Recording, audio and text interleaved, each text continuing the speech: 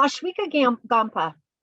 Ashwika has been a member of the Toastmasters Bothell Gavel Club, which is a high school Toastmaster level club, for over 4 years, and has helped many kids find their own path in public speaking by serving as the club's president and now as junior counselor. She has helped open and lead a new branch of the club that helps kids with informal and creative speaking skills. Over the past 2 years, Ashwika has expanded her public speaking horizons to self-organized workshops, public speaking competitions, and the creation of an inspirational film. With a diverse cultural background and an appreciation for the differences among us, Ashwika strives to inspire others to be peacemakers among all types of people. Ashwika's talk today will describe the steps necessary to redefine the impossible and empower us to be able to shape our own path. I give you Ashwika Gampa, Redefining Impossible. Thank you, Ashwika. I was sitting on my couch one Saturday afternoon, just scrolling through all the endless channels on the news, and saw something that caught my eye. It was the Americans Got Talent broadcast show, and they had been showing a lot of unique talents that people thought were very interesting. However, there was a common theme between the things that were exciting people. When I was watching TV that day, I saw a multitude of animals having a multitude of talents. There was a singing parrot, a dancing dog, a dog that did acrobatics and jumped over hurdles. I thought this was very intriguing because humans do these things all the time. I mean, look at me. You should see me during finals week trying to dodge through, literally playing The Floor is Lava through my notes to get to my bed. I was very curious at why I was frowned upon for having a messy room and jumping the same hurdles while dogs jumping those hurdles were shown all over TV. So as I was curious, I decided to do some research and learn that the main difference is because us humans have a lot more of a potential than animals. And I was wondering what caused this. Why do we have more of a potential when we are animals ourselves? The main part is the brain. The main difference between the human brain and the animal brain is our metacognition and how we can do complex cognitive abilities like planning, reasoning, and theoretical analysis. Now, I know this is very complex, and after researching for months on end, I was able to compile my research into an illustration. And I wanted to share it with you guys today so I could show you the essence of the human brain and what makes us so special. So on this next slide, I have an illustration. This illustration may seem confusing, but I'm going to break it down. The brain produces actions, memories, feelings, thoughts, dreams, and obstacles. And it is clearly marked in this illustration in the pink area. The biggest takeaway I took away from my ongoing research is that there's a common misconception. Many people believe, and we've been told from a young age, that there's no limit to the brain. However, this is not always true. The biggest obstacle to the brain is the brain itself. And self-inflicting obstacles can differentiate between a successful person and your average human being. This is the brain when it creates its own obstacles. As you can see, there's a subtle change in the brain, and I know if you are not an expert, it's really hard to find. These self-made obstacles are what stop us from success. Today, I'll be giving you the secret of life. I will tell you how to overcome any obstacle, how to redefine the impossible. And I can do that under 5 minutes. But before I do that, I want to dig deeper on this idea of redefining the impossible. I want to see how we can understand this phrase in several examples and then find the secret of life. So I split up redefining the impossible into 2 words, redefine and impossible. So I want you to do a little thinking to yourself. If you could define the word redefine in a phrase or a sentence, what would it be?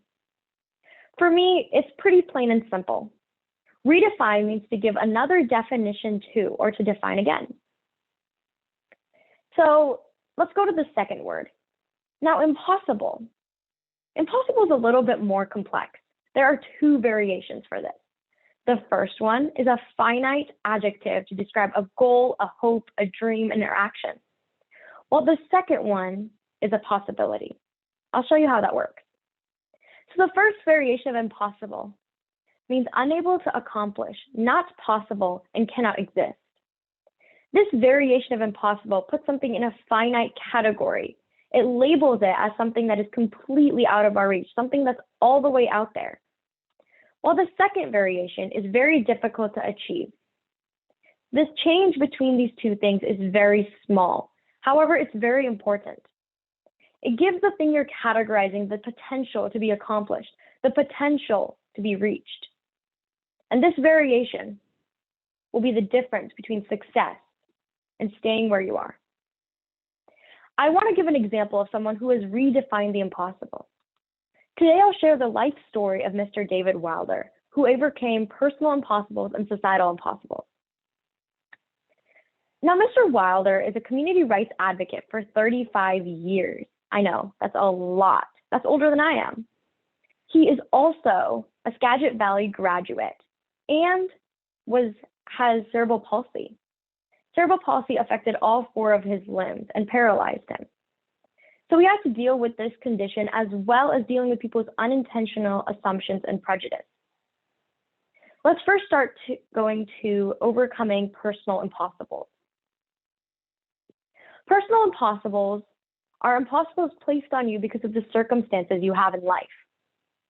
Now, Mr. Wilder was told, when he was told he had cerebral palsy, he was also told that he would not live past the age of 35. However, this year, he celebrated his 52nd birthday. He has proved this impossible wrong for almost 20 years and is continuing to do so. However, the journey to prove this impossible wrong was not easy. Mr. Wilder grew up in the 70s and 80s, where disability was a foreign thing. Disability wasn't something people knew about. It was not common knowledge. So life wasn't as accessible as it is now. There was not many ramps for wheelchairs or easy push doors for people with disabilities. He told me a story about his grade school experiences. Mr. Wilder started school at around 5 to 6 years old. And in many of his classes, he was the only kid in a wheelchair and the only kid with a disability. And at that young age, he did not have the coordination to be able to wheel himself around. So sometimes he wouldn't be able to make it to the restroom and had accidents. He continued to have this for the ages of 5 to 7 and sometimes even beyond. And he could have dealt with that. He said that part was all right, but the worst part was when kids made fun of him purely because they believed he couldn't get up and do anything about it. And yes, that may be true. He might not have been able to physically get up out of his wheelchair, but he could do something about it, and he constantly does something about it. This ties into the next type of impossible Mr. Wilder overcomes, societal impossibles. Societal impossibles are impossibles society puts upon you. And he's able to experience this. He's had to experience this all of his life, but it was most prominent when he was applying for college. Mr. Wilder was told his entire life college was something out of his reach. College was something that was essentially impossible for him to do. And when he was 19, he tried to apply for financial aid and was told by his case manager, the person who was supposed to support him and help him, that this college degree would be of no use to him and he wouldn't get into college. She asked him to his face, what was he going to do with a college degree? And he said right to her, looked her right in the eye and said he was going to be more successful than her. He said, if you let life walk all over you, you will always let life walk all over you. But the moment you step up is the moment you start living. Even after he graduated Skagit Valley College, people asked him what he was going to do with a college degree, told him that even if he did get a job at some point in life, he wouldn't make enough to sustain himself. But his maternal grandparents and his mother helped him with this wheelchair, told him to keep going. And he says every single door and obstacle he pushed through in life just opened the door a little bit more for the next person going through, for the next person who has stepped into his shoes and had to deal with this in life. So I asked him, after experiencing all these things in life, what advice would he give to the next generation? He said that with his life work of 35 years of community service, what he would give to us is the familiarity of disability. He wants to share his story. He wants to get kids familiar with disability and make this idea of disability common knowledge. He wants kids with disability to be treated normal because they are normal. All of us live with certain circumstances, certain things in life that make us unique. And disability is not anything different. He gave us this quote from President John F. Kennedy's inaugurational speech. Ask not what your country can do for you, but what you can do for your country. Every single person has something to give to society, even if it's small. And every single person deserves to be valued because of that contribution, no matter who they are, where they come from, or what circumstances they've had to live with. Now, this was Mr. Wilder's motto in life. But during my interview with him, I picked up something else. In the interview, he said if he could get his message through to one person in each audience, then he has accomplished his goal. And I really like that quote. So that's going to be my goal for today. If I can get one of you to redefine the impossible, one of you to grasp something that you thought was always out of your reach, one of you to believe you can reach that peak of that mountain, I have been successful today. So as promised, let's look at the secret of life. Going from impossible to I'm possible. Impossible to I'm possible. That small apostrophe makes the world of a difference. Now, the first step is to change your perspective. The first step is to be able to go from a finite category of impossible to something that has the potential to be accomplished. The main pitfall of this first step is that people close off their mind and over-rationalize their dreams and goals. Rationalization is something that comes naturally as we grow up and mature. And it's something that would protect us if we lived in the Stone Ages. But what it does now is it takes all these societal burdens, it takes all these things like poverty, terrorism, and degrades our goals, makes us create limitations in our mind that don't exist, self-inflicts pain.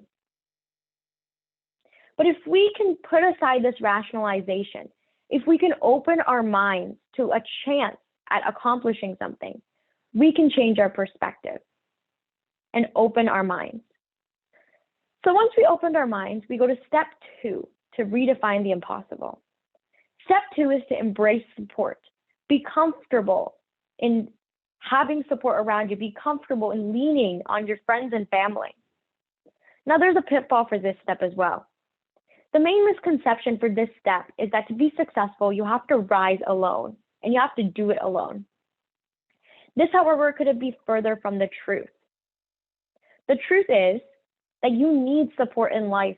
You need support to rise up. We as humans are social animals and thrive on friends and family. That's why we're having such a hard time during COVID. If we can embrace that support and realize that the only way we will rise up is if people rise up with us, then we will succeed. Because at some point in our journey, we will fail. Failure is inevitable. I like to say that failure is the step before success. But to get to that success, you need someone to pick you up after you fail. You need someone to help you get back up, even if you fail 100 times. So opening your heart and embracing support is the most important thing you can do after opening your mind. Now let's look at the third step. We have opened our mind and opened our heart. And the third step, ironically, is taking the first step. Now this may seem kind of weird, but taking the first step is where a lot of people stop because of this thing called fear. The fear factor is extremely controlling and has the ability to cave people and constrict people in. But overcoming this fear is extremely important. One of my favorite mentors in my life told me that if I have everything in my life under control, I'm not living life to its fullest. Life is all about uncertainty, waking up the next day to something unknown, living life as life and not a plan. You have to have elements outside of your control because the only thing that will never change in life is that things are constantly changing. And no matter what I say to you guys today, that fear will never disappear. But I can implore you to embrace that fear. Take it as a part of your journey. Be okay with it being there and not letting it control you. Then only can you take the first step to go from impossible to I'm possible, from impossible to I'm possible, and redefine your impossible. Now, after I've shared my secret of life, I want a show of hands. You can either do it by yourself or raise your hand in the hand reaction. How many of you guys stopped your journey to accomplishing a goal at one of these steps? I see a few hands going up. Okay, I see a lot of our hands going up. This is a common theme in our journey of growing and of thriving. And if I let you stop your journey today, I have failed today. So I want to show you how much I have in common with you guys. And I want to share my story with you guys. My story of achieving the impossible is my public speaking journey. And though I am here today speaking in front of you, I have been through a lot to be where I am, and I jumped through a lot of hoops to come here. My first experience with public speaking was at the Bothell Gavel Club, but it was about 7 years ago. I was in 3rd grade and I walked into this cramped portable. I saw this community of people who wanted to help me learn, this community of people who were learning alongside of me. However, because I went in with a closed mind, because I had placed this thing called public speaking in a finite category of impossible, I saw this community as a group of teenagers, a group of hungry sharks who wanted to eat me alive, waiting for me to make a mistake so they could exploit my weaknesses. I know, over-rationalization. I would love to say that I overcame this in a little bit of time, but guess what? It took me 3 years to give public speaking another chance. I would cry, I would fake being sick, I would do everything in my power to stop going to this community. I would do everything in my power to stop going to this place that would soon be my favorite place in the world. However, after 3 years, I decided to give public speaking another chance. Okay, I'm joking. I did not give public speaking another chance. My father dragged me into that portable, literally glued me to my seat, and walked away. But when I did sit down, I decided to be more open-minded and try to re-experience this thing called public speaking and erase my first impression. Once I did that, once I decided to give public speaking a chance and gave it that potential to be something I could achieve, I saw the community. I recognized how we were all learning, and it wasn't just people trying to see me fail. It was people failing alongside of me, but trying to rise up with everyone else. So once I changed my perspective, I embraced support, but not without falling into the pitfall I talked about.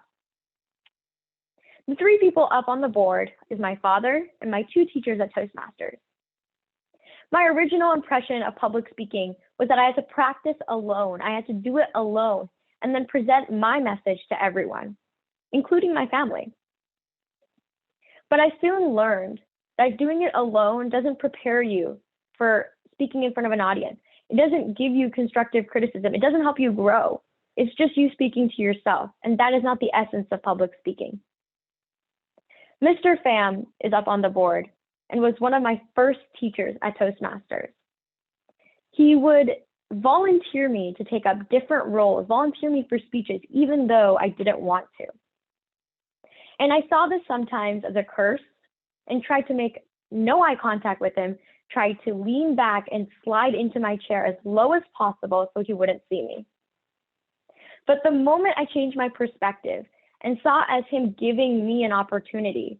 I embraced the fact that he was supporting me as a teacher. My other teacher, Mr. Guard, started giving me constructive criticism, and I embraced that support and put it into my future speeches. My dad, who I was afraid of speaking in front of because he was my father, was someone I had blocked off for a very long time. But once I started to embrace that support, I realized he was my biggest tool, my biggest supporter, someone who would never judge me, my safe spot. To this day, I always practice my speeches in front of my father and always know I have to rise with others or I don't rise at all. Now for me, taking the first step was my first competition. My first Toastmasters competition was in Seattle. It was filled with all of these people who seemed more experienced than I was, and this fear factor rooted me to the ground, and I didn't eat from the beginning of that day to when I finished my speech.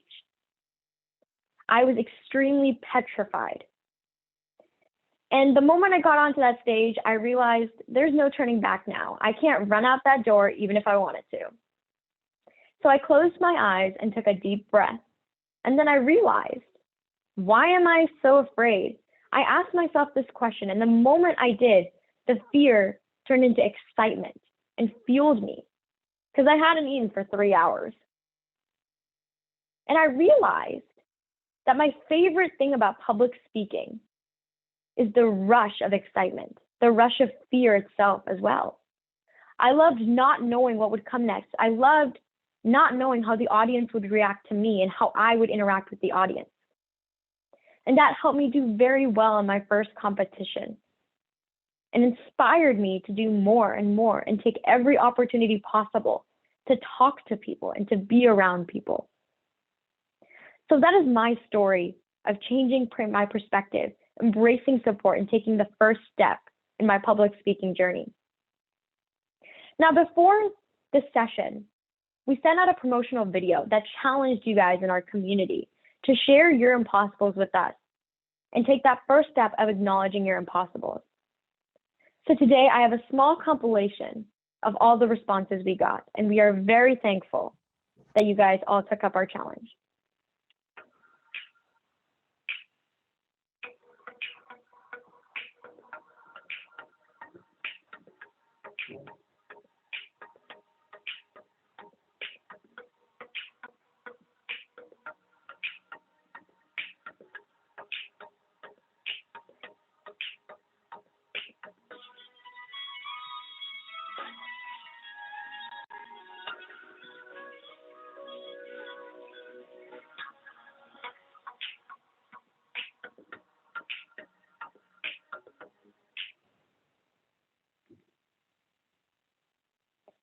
If you had read some of the impossibles on there, you would see that we all have this in common. We all have faults, and we all have to recognize it. I challenged you to take that first step of acknowledging your impossibles so you can take that first step from going to impossible to I'm possible, from going from impossible to I'm possible. Thank you so much for this opportunity to share my message. I loved interacting with you guys and speaking here today, and I would love if we could have a quick Q&A session and I could answer a couple of questions. Thank you. So if you have a question, we've had a few come in. Ashwika has just a couple minutes left. Yeah, let's give her the good old round of applause, Ashwika. Thank you. I'll wave my cards. If you have a question quickly for Ashwika, we'll take about 90 seconds. I have one already for you, Ashwika. How do you control the fear factor when trying to accomplish a big goal? That's a really good question and something I've asked myself for most of my life. But it's not about controlling the fear factor. No matter what you do, our natural response to doing anything out of the ordinary is fear. That's why throughout history, we've had things like wars, we've had things like explorations, because fear of the uncertainty is just something in our nature. But the difference between being controlled by fear and embracing fear is that you accept that it's there. A lot of the time people try to block out that fear, try to control it, but it just makes it grow. If you acknowledge that it's there and just accept it, it takes over and it really helps you overcome your biggest challenges.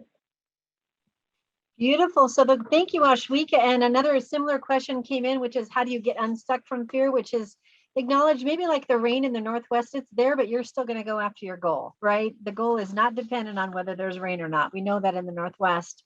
Awesome. Oh, do we have time for one more question? I'm just looking at a quick one here. How can you change your perspective when you've already had a few struggles or setbacks? What's one tip you could give people to change your perspective back to I'm possible?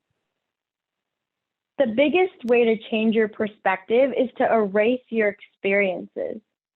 A lot of us make assumptions about each other. A lot of us already have stereotypes in our mind because it's something we've grown up around.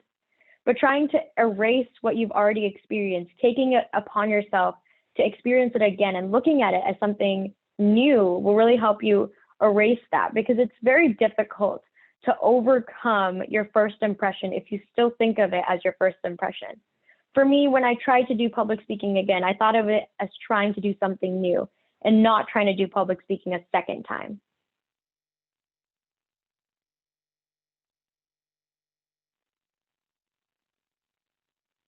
Thank you so much, everyone. Nan, if you could Nan, you're unmute, on please. mute.